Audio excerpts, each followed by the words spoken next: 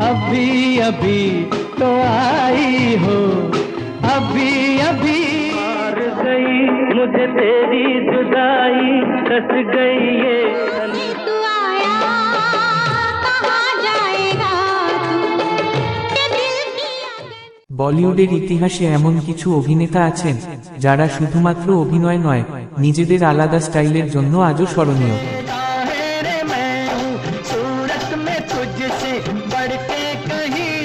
ঠিক তেমনই একজন কিংবদন্তি অভিনেতা হলেন জিতেন্দ্র, যাকে বলা হয় বলিউডের জাম্পিং জ্যাক।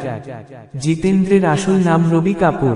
তিনি জন্মগ্রহণ করেন 7 এপ্রিল 1942 সালে ভারতের অমৃতসর, পাঞ্জাবে।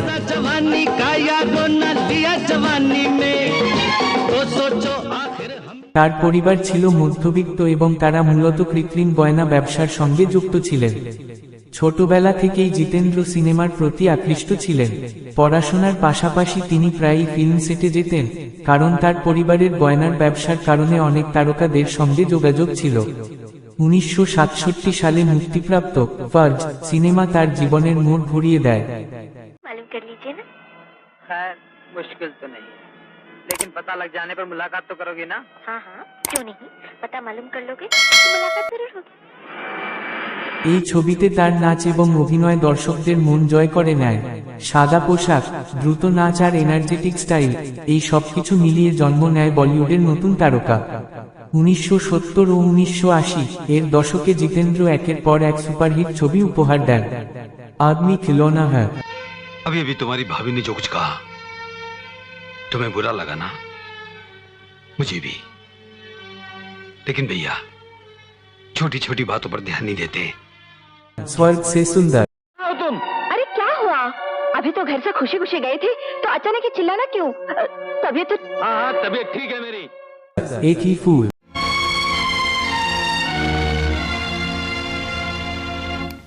मेरे होते ब्याह करते हुए तुम्हें शर्म नहीं आती? चलो, मैं तुम्हें से कह रही हूँ। मेरी आवाज सुनो। देखो बहादुर इंस्पेक्टर, हमारे पास जलाने के बहुत सारे तरीके हैं। जो लोग आग से नहीं जलते उन्हें हम फूलों से जला दिया करते हैं। जैसे एक फूल इस वक्त तुम्हारी बीवी की। फर्ज और कानून। ये तो नहीं मैं कह सकता, मैं कब तक प्यार करूंगा।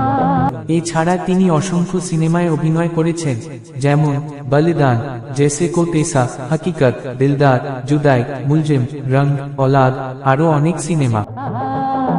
जब तक है ये चेहरा তিনি বিশেষভাবে পরিচিত ছিলেন পারিবারিক সিনেমা, দ্রুত নাচের জন্য। তিনি শ্রীদেবী ও জয়া প্রদার সঙ্গে বহু সুপারহিট ছবিতে অভিনয় করেন। জিতেন্দ্রের নাচে ছিল এক আলাদা বৈশিষ্ট্য, তিনি নাচের সময় লাফ দিতেন।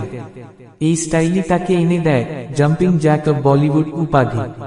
তার এই নাচের স্টাইল পরবর্তী প্রজন্মের বহু অভিনেতাকে প্রভাবিত করেছে। জিতেন্দ্র বিবাহ করেন শোভাব কাপুরকে। তাদের 2 সন্তান, একতা কাপুর ভারতের অন্যতম সফল টিভি প্রযোজক, তুষার কাপুর বলিউড অভিনেতা। একতা কাপুর ভারতীয় টেলিভিশন ইন্ডাস্ট্রিকে নতুন দিশা দিয়েছেন। জিতেন্দ্র তার দীর্ঘ ক্যারিয়ারে বহু সম্মান পেয়েছেন। 2019 সালে ভারত সরকার তাকে প্রদান করে পদ্মশ্রী সম্মান। 1990 এর দশকের পর জিতেন্দ্র ধীরে ধীরে অভিনয় থেকে সরে আসেন, তবে তিনি আজও একজন সম্মানিত বলিউড আইকন। জিতেন্দ্র শুধু একজন অভিনেতা নন, তিনি বলিউডের একটি যুগ। তার নাচ, স্টাইল ও পারিবারিক সিনেমা আজও দর্শকদের মনে জায়গা করে আছে। এই ছিল তার জীবনের গল্প। ফিরে আসবো আবার অন্য গল্প নিয়ে। ভালো লাগলে লাইক, কমেন্ট, শেয়ার করে দিবেন। পরের গল্পটি শোনার জন্য চ্যানেলটি সাবস্ক্রাইব করে নিবেন। ভালো থাকুন, সুস্থ থাকুন আর দেখতে থাকুন আজিং নিউজ টিভি। সম্পূর্ণ ভিডিওটি দেখার জন্য ধন্যবাদ।